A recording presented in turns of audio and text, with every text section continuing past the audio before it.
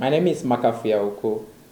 I'm an innovator, I'm an entrepreneur, and I'm an environmentalist. I work in the sustainability space here in Ghana. My work focuses on the sanitation, waste management. I come from Keta in the Volta region. Please discover me.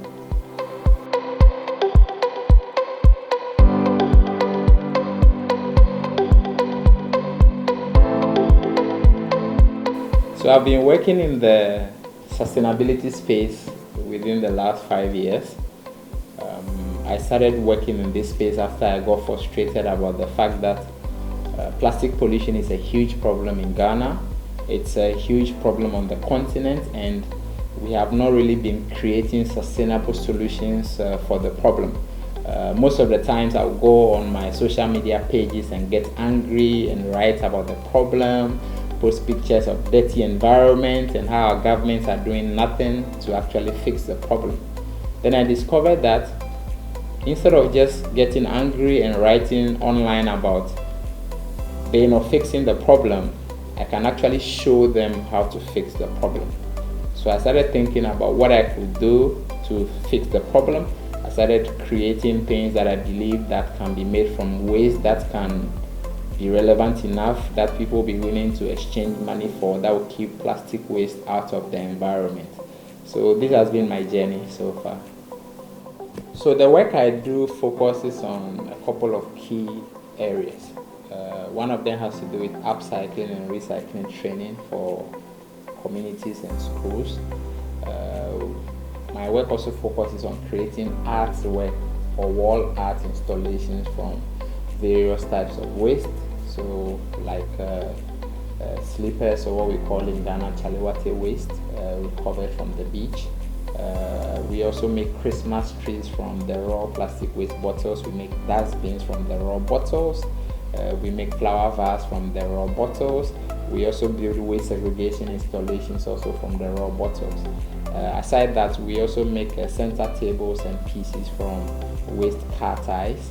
And we also shred the plastic waste material like the pure water sachet and other waste bags and turn them into a leather-like material which we use for McKingtorch footwear and other accessories like backpacks.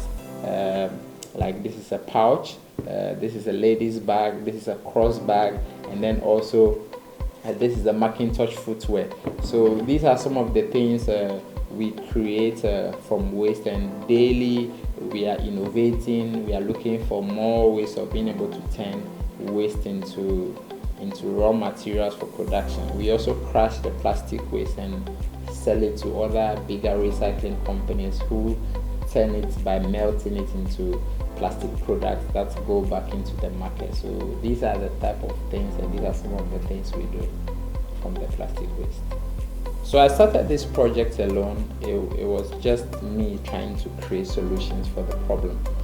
But when it started becoming viable, I realized that because of the fact that the plastic pollution problem is huge, I needed to build a team around the project.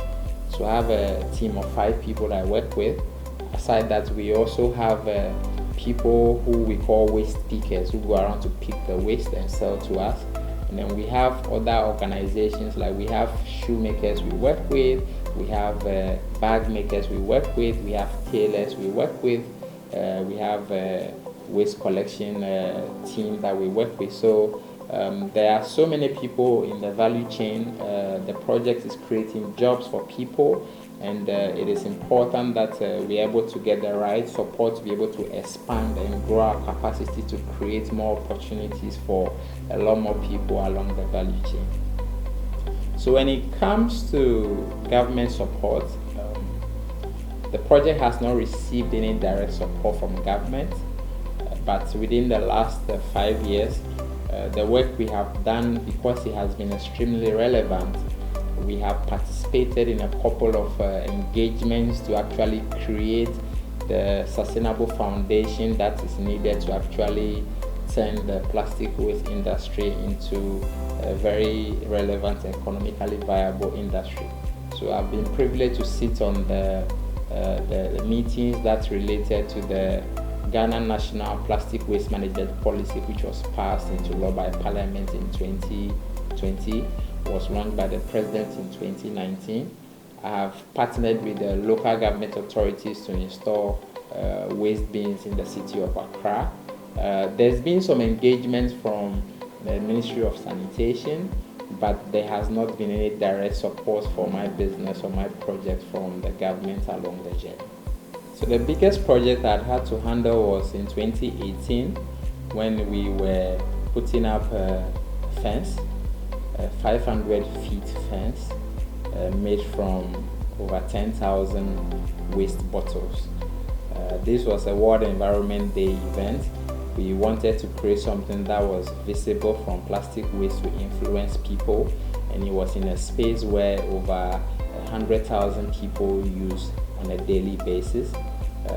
For that project, I had to work with over 120 volunteers over a 9-hour period, and it was one of the most challenging projects I had to do because we were doing the project from morning and we were supposed to finish by the end of the day. I had a couple of challenges, but it was an exciting project because we were able to finish the project, and for the next couple of months we were able to influence over 1 million people about the plastic pollution and about the fact that plastic waste can be used for a lot of things.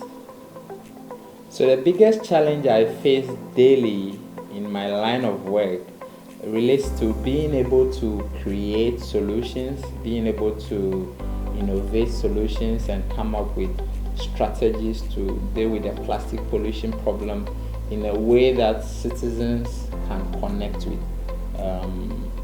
It's one thing creating a solution, it's one thing developing programs, it's another thing for people to actually connect with it and come on board, because the plastic pollution problem in Africa, in Ghana, it's a huge problem. It cannot be solved by one person or one company. It requires a collective commitment and collective responsibility. And for me, being able to create innovations and solutions that people are willing to actually embrace and use and join hands with for us to implement for it to benefit our communities is the biggest challenge for me.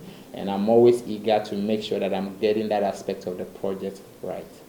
Well, for me, along this journey, one of the things I've learned has to do with the fact that knowledge transfer is critical on the journey.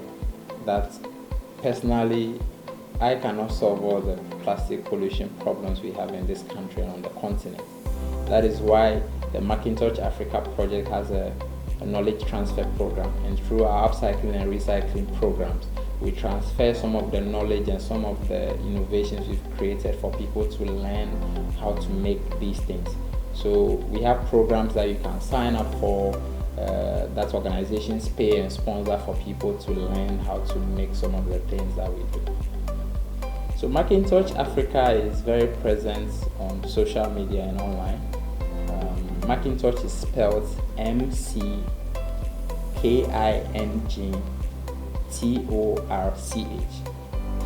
Makin as in like a ruler, torch as in light.